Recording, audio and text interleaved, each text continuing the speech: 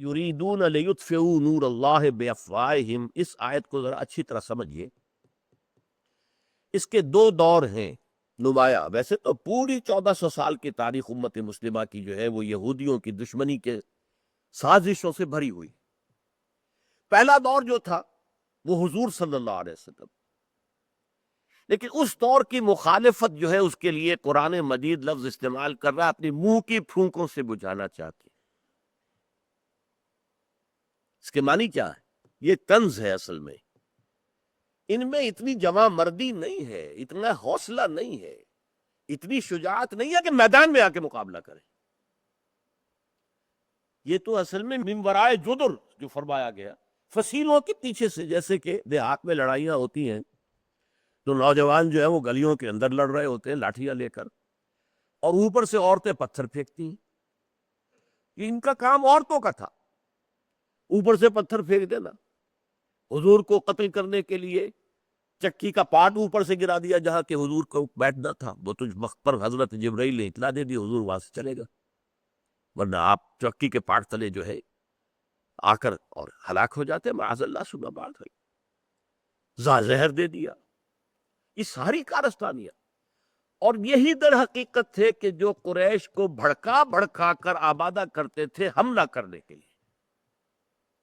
قرآن مجید میں فرمایا گیا کلما اوقدوا نارا للحرب اطفاہ اللہ، جب بھی یہ کوئی سازش کرتے ہیں اور آگ بھڑکاتے ہیں جنگ کے لیے پھونکے مار مار کے، تو اکثر و بیشتر تو اللہ اس آگ کو بجھا دیتا ہے، اس کو آگ کو بڑھنے نہیں دیتا، لیکن پھر بھی اس کے باوجود آگ بڑھتی ہے، اور کسی وقت جو ہے وہ جنگیں ہوئی ہیں۔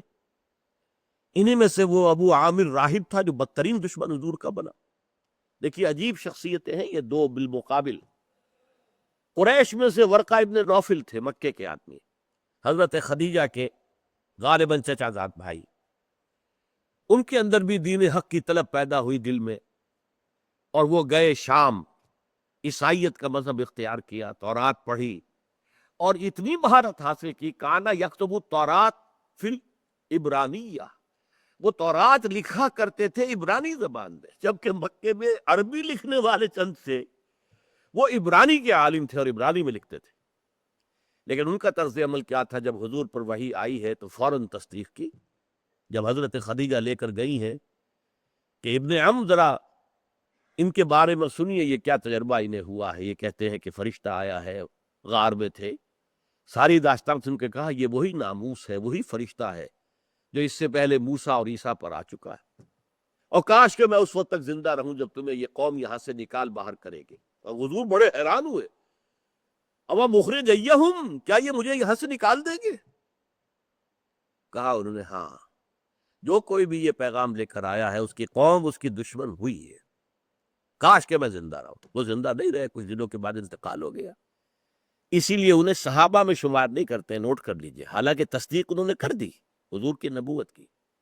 صحابہ میں کیوں نہیں شمار کرتے؟ کہ ابھی حضور کی رسالت کا دور شروع نہیں ہوا تھا، آپ کو تبلیغ کا حکم نہیں ہوا تھا، تبلیغ کے حکم کے بعد تصدیق جس نے کی ہے وہ صحابی کہلاتا ہے۔ وہ تو آیت جب نازل ہوئی سورہ مدثر کی، یا ایھا المدثر قم فانذر وربک فکبر، یہاں سے اصل میں شروع ہوئی ہے حضور کی رسالت۔ اس کے برعکس کردار تھا ابو عامر خزرجی تھا، یہ اس کے اندر بھی جذبہ پیدا ہوا نیکی کا، یہ بھی گیا شام، گیا عیسائی ہوا، راہب بن گیا، بہت تعلیم حاصل کی، لیکن یہ بدترین دشمن بن گیا محمد الرسول اللہ صلی اللہ علیہ وسلم۔ اور یہ غزوہ احد کے اندر آپ نے پڑھا ہوگا کہ جب فوجیں آمنے سامنے تھیں، ادھر 700 رہ گئے تھے، ادھر جو ہے 3000 تھے، تو یہ باہر نکلا تھا، اے یثرب والو مجھے پہچانتے ہو؟ میں ابو عامر ہوں، اور دیکھو میں گواہی دے رہا ہوں محمد جھوٹے ہیں، معاذ اللہ ثم معاذ اللہ، ان کا ساتھ چھوڑ دو۔ صحابہ نے کہا لعنت ہو تجھ پر، دفع ہو یہاں سے۔ اس کے بعد بھی مسجد زرار بنائی گئی تھی منافقین کی جانب سے اسی کو پناہ فراہم کرنے کے لیے، کہ گاہ بگاہ یہ آئے، وزٹ کرے یہاں نفاق کے فتنے کو ہوا دینے کے لیے، تو اس کے لیے کوئی جگہ تو ہونا جہاں یہ لوگوں سے مل سکے۔ یہ اصل میں سازش کا اڈا مسجد زرار مسجد کے نام سے بنایا جا رہا ہے، جس کو کہ حضور نے غزوہ تبوک سے واپسی پر جلا دیا۔ تو یہ دور جو تھا یہودیوں کی طرف سے جو حضور کی مخالفت ہوئی، اس کے لیے الفاظ بڑے پیارے ہیں، بے افواہہم، اپنی منہ کی پھونکوں سے، میدان میں آنے والے نہیں ہیں، یہ مقابلہ کرنے والے نہیں ہیں، یہ ان کے اندر شجاعت نہیں ہے، ان میں مردمی نہیں ہے، مردانگی نہیں ہے۔